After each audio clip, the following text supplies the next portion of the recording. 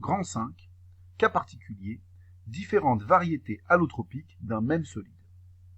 Une des différences qui peut aussi intervenir dans un diagramme liquide-solide par rapport à un diagramme liquide-vapeur, c'est qu'un même solide peut exister sous plusieurs formes cristallines différentes, qu'on appelle des variétés allotropiques. On en avait déjà un peu parlé en cristallographie. Et donc, un même solide, vraiment qui a la même composition chimique, peut représenter des phases différentes, qui sont non miscibles entre elles. À une température donnée, une seule variété allotropique du solide est présente, la plus stable, si on considère qu'on est à l'équilibre, ce qui est toujours le cas dans les diagrammes binaires liquide-solide. Toutefois, quand on change la température, le solide peut changer de variété allotropique puisque une variété va devenir plus stable à une température qu'une autre. Prenons le cas ici d'un diagramme binaire entre de l'anorthite et de la silice. La silice présente deux variétés allotropiques.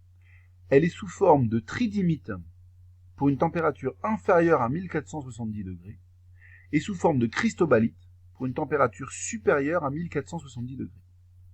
Concrètement, dans le diagramme, ça va être représenté par un trait horizontal supplémentaire qui interviendra là où normalement il n'y aurait pas dû avoir de courbe de solidus. Et ce trait supplémentaire qui est représenté ici va représenter le changement de variété allotropique pour la silice.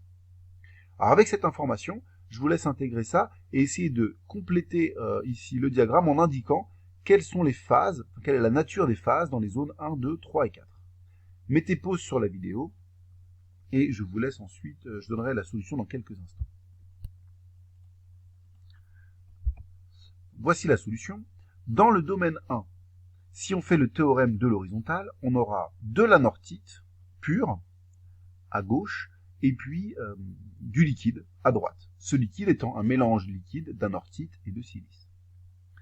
Dans le domaine 2, on aura de la silice pure à droite et du liquide à gauche. Mais attention, cette silice, comme on est à une température supérieure à 1470 degrés, elle sera sous forme de cristobalite. Donc au lieu d'écrire juste silice, on écrit cristobalite pour préciser la variété allotropique. Dans le domaine 3, on aura de la silice pure et du liquide, mais cette silice pure, comme on est en dessous de 1470 degrés, elle sera sous forme de tridymite. Donc au lieu d'écrire silice, on écrit tridymite plus liquide.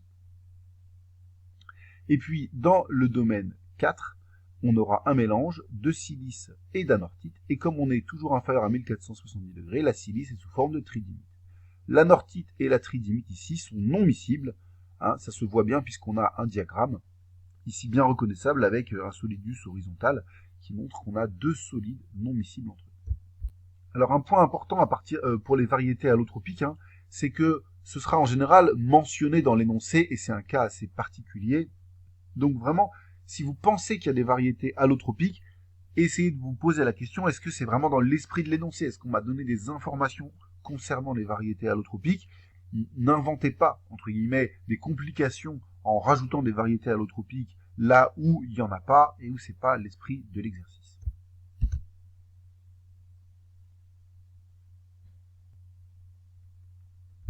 Grand 6, application. Petit 1, purification par cristallisation. La cristallisation fractionnée, c'est une technique de purification des solides qui est un peu similaire à la distillation fractionnée, mais qui fonctionne en quelque sorte en sens inverse. En effet, dans une distillation fractionnée, on part de deux liquides et on les chauffe pour obtenir des vapeurs dont la composition va être enrichie dans le liquide le plus volatile la plupart du temps, en imaginant que le diagramme isobar n'est pas d'extrémum comme des azéotropes par exemple. Alors ici, c'est exactement le contraire, c'est-à-dire qu'on veut séparer deux constituants, on va partir d'un mélange liquide, donc on les a chauffés pour transformer le tout en un mélange liquide, et on va le laisser refroidir. Et lorsque le mélange refroidit, eh bien, les premiers cristaux qui se forment vont être enrichis dans le métal qui est le moins fusible, autrement dit celui qui a la température de fusion la plus élevée. Ici par exemple, si j'ai un mélange cuivre-nickel et que je pars d'une certaine composition d'un mélange liquide, quand je refroidis, on voit que avec le théorème de l'horizontale, les cristaux qui apparaissent pour ça j'utilise le théorème de l'horizontale, et bien ils auront une composition enrichie en nickel.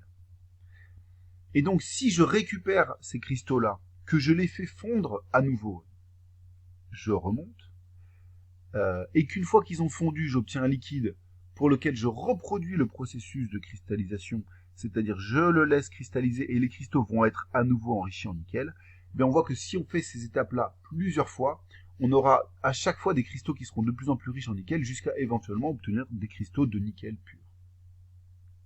Alors entraînez-vous à le faire sur le diagramme, avec cette question-là. Si on part d'un mélange qui contient initialement 20% de nickel, en combien d'étapes on arriverait à peu près à du nickel pur? Je vous laisse faire la construction.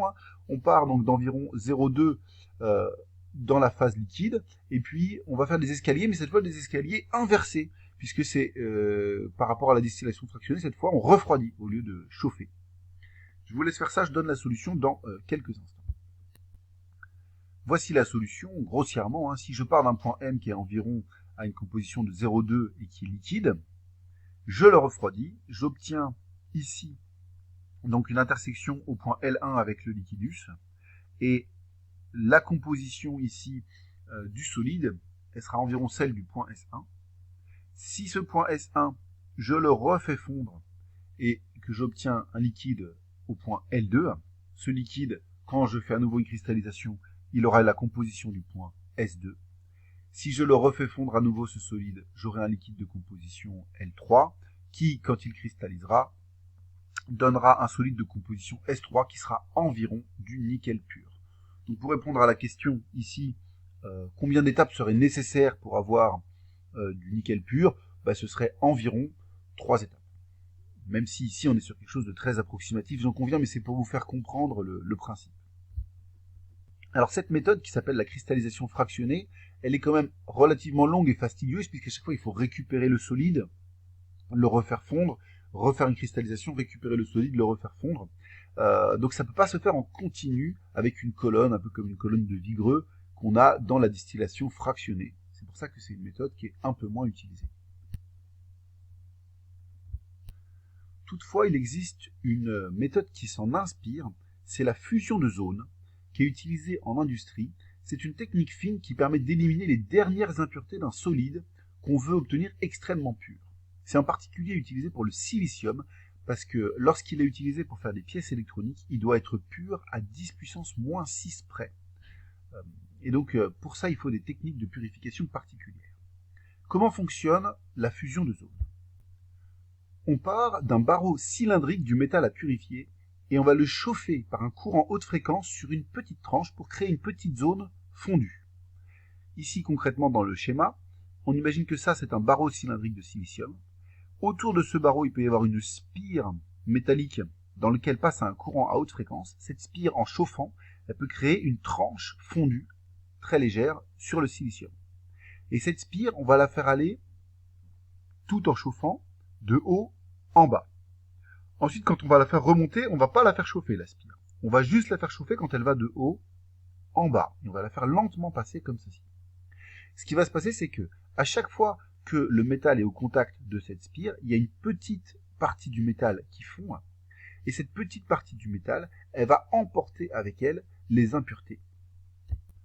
Pourquoi ça fonctionne? Parce que le silicium doit être déjà très très pur, c'est-à-dire qu'il doit déjà être au moins pur à 95%, on va dire, donc il est en large excès, et quand il est en large excès, on voit que la composition du mélange eutectique, elle sera toujours plus riche dans les impuretés, puisqu'on sera toujours à gauche du point eutectique sur le diagramme binaire, et que la composition du mélange liquide, c'est la composition de l'eutectique. Autrement dit, si on place donc dans le diagramme binaire le silicium à gauche et l'impureté à droite, eh bien ce qui va fondre, ce sera toujours plus riche en impuretés qu'en silicium. Autrement dit, on aura retiré plus d'impuretés que de silicium grâce à la fusion. Et si on fait aller la spire de haut en bas de cette façon-là, eh bien petit à petit, cette phase liquide qu'on emmène, elle va en quelque sorte emmener l'impureté lentement mais sûrement jusqu'en bas de la lame cristalline. Quand on arrive du coup à avoir fait plusieurs fois le passage de la spire chauffante, eh bien toutes les impuretés ont progressivement été enlevées et se sont concentrées sur le bas du barreau. on n'a plus qu'à couper le bas du barreau, et le reste du barreau, c'est du silicium très pur qui va pouvoir être utilisé pour de l'électronique par exemple. Une autre application des diagrammes binaires liquide-solide, c'est la compréhension plus fine de la mesure au banc-aux-fleurs. En effet, quand on veut savoir si un composé solide est pur en chimie organique, vous savez qu'on peut utiliser le banc-aux-fleurs pour mesurer sa température de fusion. Comment, grâce au diagramme liquide-solide, on peut comprendre ce qui se produit lors de la fusion d'un solide organique qui possède des impuretés? Alors premièrement, la plupart des composés organiques sont des solides qui sont non miscibles entre eux. Donc on considérera qu'on a toujours le cas, si on prend un mélange avec un solide organique et une impureté organique, on va imaginer qu'on a toujours le cas du diagramme de deux solides complètement non miscibles, donc qui forment un eutectique. En utilisant le diagramme binaire, on peut donc, à partir de là, interpréter les résultats expérimentaux qu'on obtient avec le diagramme binaire. Voici ici quelques questions qui vont vous faire comprendre comment on interprète cela à travers un petit exercice. Si on considère un composé A, qui a la température de fusion TA égale 150 degrés. Lors de sa synthèse, il est possible qu'une impureté B, de température de fusion 250 degrés, soit présente avec A. Interprétez maintenant les faits suivants. Après la synthèse de A au laboratoire, on fait une mesure au banc-aux-fleurs de la température de fusion du produit brut et on obtient une température inférieure à 150 degrés, donc 145 plus ou moins 1 degré. Qu'est-ce que cela signifie et pourquoi la température est inférieure à 150 degrés? Par contre, si ensuite on fait une recristallisation du composé A par le binôme, on obtient une nouvelle température de fusion, cette fois de 149 plus ou moins 1 degré. Qu'est-ce que cela signifie? Enfin, un autre binôme, lui, a fait la synthèse mais obtient une température de 234 degrés sur le banc-aux-fleurs. Qu'est-ce que cela signifie? Je vous laisse répondre à ces trois questions, et en particulier expliquer pourquoi la température T1 ici est inférieure à 150 degrés et non pas supérieure, dans l'hypothèse où il y a une impureté, en comprenant bien la forme du diagramme binaire.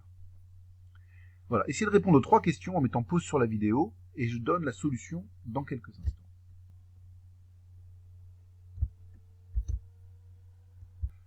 Voici la solution. Si on considère que A a une température de fusion de 150 degrés et que B a une température de fusion de 250 degrés, voilà en gros à quoi va ressembler le diagramme binaire liquide-solide de A et B. Comme ils sont non miscibles, il y a un eutectique avec un solidus qui est une droite horizontale. Et si on considère aussi que A est largement majoritaire, c'est-à-dire B étant une impureté, il est faiblement présent. Ça veut dire qu'on va forcément être très très proche de A au niveau de la composition du mélange solide. Donc quelque part par là. Et bien ce mélange-là, si je regarde à quelle température il commence à fondre, il va commencer à fondre à la température de l'eutectique, autrement dit forcément à une température inférieure à 150 degrés. Mais encore plus, même si je regarde à quelle température tout le mélange a fondu et on ne voit plus du tout de solide, eh bien on voit qu'on sera à une température qui sera à l'intersection ici entre la verticale que je suis en train de dessiner et la courbe ici de liquidus, autrement dit toujours à une température inférieure à 150 degrés. On voit que si A est majoritaire, alors la température de fusion du mélange, que ce soit le début de la fusion ou la fin de la fusion, cette température sera forcément inférieure à 150 degrés de par l'allure de leur diagramme liquide-solide. Donc c'est ça qui est écrit ici. Comme A et B sont non miscibles et que A est présent en très grande quantité, l'allure du diagramme liquide-solide du mélange nous indique que la température de fusion sera forcément inférieure à 150 degrés. Donc le résultat obtenu indique que A n'est pas pur et qu'il contient une impureté solide non miscible avec A. Après recristallisation, comme on obtient une température de 149 plus ou moins 1 degré, ça veut dire que A est cette fois pur, aux incertitudes de mesure près, bien sûr. Et si par contre un autre binôme obtient une température de 234 degrés, ça veut dire qu'ils ont obtenu sûrement du B majoritairement.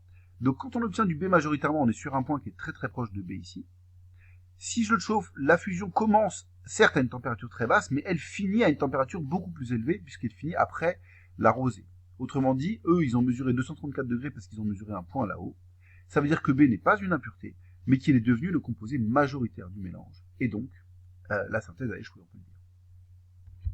Pour finir, une dernière application, ça peut être la fabrication de mélanges fondants. Un mélange fondant, c'est quand on essaye d'abaisser la température de fusion d'un composé chimique en lui ajoutant un autre composé chimique qui fait un eutectique avec lui. Par exemple, c'est pour ça qu'on ajoute du sel sur les routes pour éviter que la glace ne se forme. ou encore qu'on utilise du cuivre lors de la soudure pour faciliter la fusion.